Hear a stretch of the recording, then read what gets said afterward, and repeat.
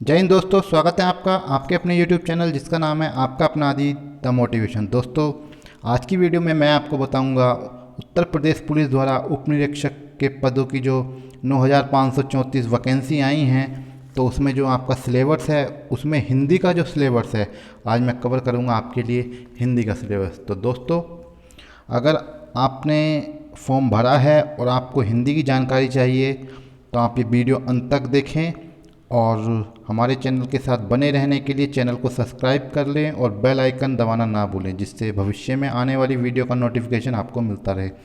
तो दोस्तों, शुरू करते हैं अपनी वीडियो को। दोस्तों, जैसा कि आपको पता है यूपीएसआई ने 9,534 वैकेंसी जो हैं सब इंस्पेक्टर की लाए हैं। तो उसके लिए जो आपका सिलेबस है उस सिलेबस के अंदर आपको रिटन परीक्षा में चार सब्जेक्ट आएंगे। चार सब्जेक्ट में जो एक महत्वपूर्ण सब्जेक्ट हो जाता है आपका हिंदी। हिंदी है और हिंदी जो आपका सब्जेक्ट है ये बहुत ही सरल आता है और इसमें आप, मैं मानता हूँ 40 में से आप कम से कम 35 क्वेश्चन ठीक कर सकते हैं अगर आपने ठीक से पढ़ा होगा तो दोस्तों, वो कैसे होंगे वो मैं आपको बताऊंगा आज अपनी वीडियो में। तो दोस्तों, वीडियो को लास्ट तक देखें और हमारा चैनल को सब्सक्राइब कर लें। ठीक है दोस्तों, शुरू करते हैं अपनी हिंदी की क्लास को।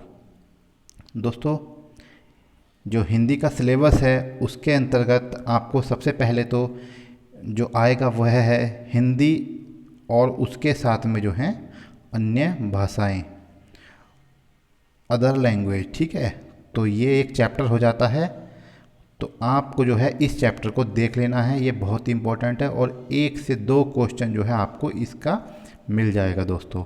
ठीक है, इसके बाद दोस्तों जो हमारा दूसरा टॉपिक आता है वो आता है वर्णमाला। वर्णमाला काफ़ी इम्पोर्टेंट चैप्टर है और ये समझ लीजिएगा इससे कम से कम आपको 3 to 4 क्वेश्चन मिलने वाले हैं आपके पेपर में। आपके पेपर में 3 से 4 क्वेश्चन वर्णमाला के अंदर मिलेंगे।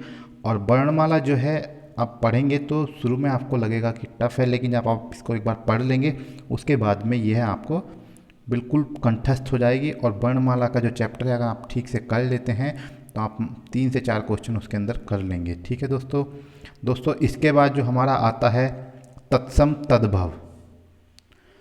तत्सम और तद्भव, ठीक है दोस्तों, तो तत्सम तद्भव ये इसमें से भी दोस्तों आपको 1 से 2 क्वेश्चन मिल जाएगा। ठीक है, तो ये भी काफ़ी इम्पोर्टेंट आपका टॉपिक है, तो आप इसे ही कर लें, ज़्यादा हार्ड नहीं होता है।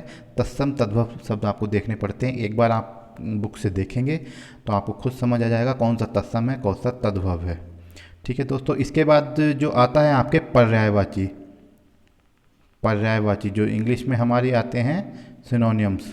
तो दोस्तों, ये भी काफ़ी इंपॉर्टेंट टॉपिक है और इसके आपको 1 से 2 क्वेश्चन देखने को इसके भी मिल जाएंगे और बहुत ही इतने कठिन नहीं आते हैं। अगर आप एक बार पढ़ लेंगे तो आपको पता चल जाएगा। जैसे आप पर्यायवाची में देखेंगे कि जो जल है, जल का क्या होता है, तो जल का जो बहुत से पर्यायवाची हैं जिसमें नीर, तोय आदि होते हैं। तो दोस्तों, अगर आप पर्यायवाची पढ़ रहे हैं तो पर्यायवाची जरूर पढ़ें, क्योंकि हिंदी में पर्यायवाची 1 से 2 क्वेश्चन जरूर आपके आने वाले हैं दोस्तों। अब इससे आगे आपको मिलेंगे ब्लोम शब्द और साथ में मिलेंगे अनेकार्थी। ब्लोम होता है दोस्तों जो जैसे किसी का जस्ट अपोजिट वर्ड। ठीक है, अनेकार्थी सेम यही हो गया कि एक के अनेक अर्थ। तो अनेकार्थी इसमें भी आपको 1 से 3 क्वेश्चन के करीब आपको दोनों के मिल जाएंगे दोस्तों। इसके बाद आता है वाक्यांशों के स्थान पर एक शब्द, यानी कि जैसे आपको कोई वाक्य दे दिया उसके स्थान पे एक शब्द लिखना है। ठीक है, तो ये भी दोस्तों इसका चैप्टर है और इसके कम से कम आपको 2 क्वेश्चन पक्का मिलेंगे ही मिलेंगे। तो ये भी काफ़ी इम्पोर्टेंट टॉपिक है, इसको भी आप पढ़ लीजिएगा दोस्तों। फिर आता है आपका वचन,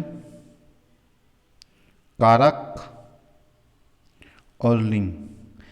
दोस्तों, इसमें से आपको कम से कम 3 क्वेश्चन मिलेंगे इस टॉपिक में से और बहुत ही इम्पोर्टेंट टॉपिक है, तो आप इसको ज़रूर करके जाइएगा, तैयार करिएगा, बहुत ही अच्छा है दोस्तों। इसके बाद आता है आपका मुहावरे और लोकोक्तियाँ। मुहावरे और लोकोक्तियाँ। तो दोस्तों ये बहुत ही अच्छा चैप्टर है और इसमें से कम आपको 4 क्वेश्चन दोनों के मिलेंगे, मुहावरे एवं लोकोक्तियों के, जो कि बहुत ही आसान होते हैं। एक बार आप मुहावरे एवं लोकोक्ति किताब से पढ़ लेंगे तो आपको सब याद हो जाएंगे, और काफ़ी तो याद ही रहते हैं, लेकिन आप एक बार देख लेना इसको भी। दोस्तों इसके बाद आता है आपका रस, छंद और अलंकार। दोस्तों ये जो चैप्टर है, इस चैप्टर में किसी बुक में ये एक साथ दिया रहता है, किसी बुक में अलग से दिया रहता है। मैं आपको इसके बाद बुक का नाम भी बता दूंगा जिससे आपको पढ़ाई करनी है। इसमें कम से कम आपको दोस्तों जो मिलेंगे, कम से कम 4 क्वेश्चन इस चैप्टर से मिलेंगे, रस छंद अलंकार से। ठीक है, काफ़ी इंपॉर्टेंट टॉपिक है, इसको भी पढ़िएगा बढ़िया से। दोस्तों इसके बाद आ जाता है जो सबसे मोस्ट इम्पोर्टेंट है, और जिसके कम से कम आपको 4 से 5 क्वेश्चन जो है देखने को मिलेंगे ही मिलेंगे। तो वो आ जाता है आपका प्रसिद्ध कवि। ठीक है, प्रसिद्ध कवि और उनकी रचनाएं।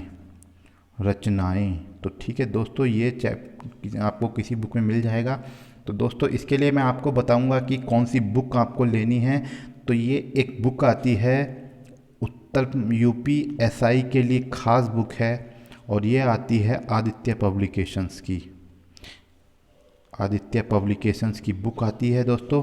ये 2 बुक आती हैं, एक बुक होती है PCS के लिए और RO ORO ARO के लिए। ठीक है, एक होती है UPSI के लिए। तो आपको UPSI वाली लेनी है, उसमें आपको सारा सिलेबस जो आपका UPSI वाला मिल जाएगा और अच्छे अच्छे टॉपिक मिल जाएंगे दोस्तों। तो आप आदित्य पब्लिकेशंस की वो बुक आज ही ले लें, उसका मैं लिंक आपको डिस्क्रिप्शन में दे दूँगा।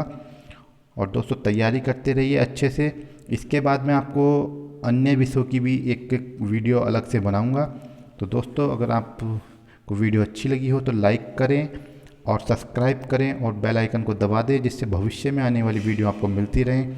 दोस्तों फिर मिलते हैं एक बार, तब तक के लिए हंसते रहिए, मुस्कुराते रहिए और आप तैयारी करते रहिए। जय हिंद।